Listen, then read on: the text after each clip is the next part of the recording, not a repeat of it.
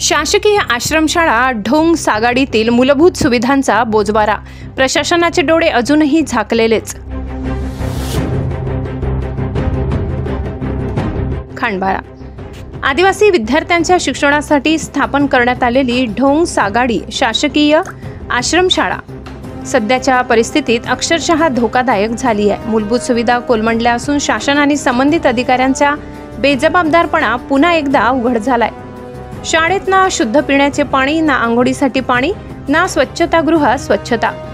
वसतिगृहातील स्वच्छतागृहांमध्ये घाण आणि दुर्गंधीचे साम्राज्य पसरले आहे। एवढ्यावरच नाही तर उघड्या विद्युत तारा विद्यार्थ्यांच्या जीवाशी खेळ मांडत आहेत। एका बाजूला स्वच्छतेचा अभाव, दुसऱ्या बाजूला वीज अपघाताचा धोका, हीच या आश्रमशाळेची वस्तुस्थिती आहे।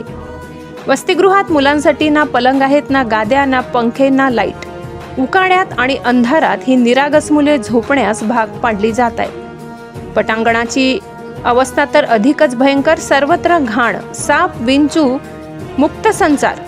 खेळणे दूरच राहिले, जीव वाचवून पटांगण ओलांडावे लागत आहे। गटार लाईन फुटल्यामुळे परिसरात घाण आणि दुर्गंधी पसरली आहे। पावसाळ्यात पावसाचे पाणी थेट वसतिगृहात शिरते।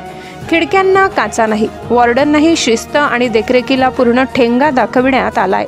या सर्व परिस्थितीमुळे विद्यार्थ्यांचे आरोग्य, मानसिक स्वास्थ्य आणि शिक्षणाचे भविष्य धोक्यात आहे। वर्षानुवर्षे प्रशासनाच्या फाईलांमध्ये ही दुर्दशा दाबून ठेवली जात आहे। ग्रामस्थ, पालक आणि सामाजिक कार्यकर्ते यांचा आता संयम सुटलाय।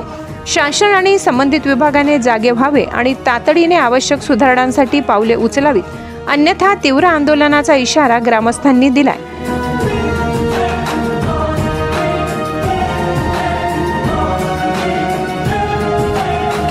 पुरुषोत्तम अहिरराव, नजरबाज न्यूज, खांडबारा।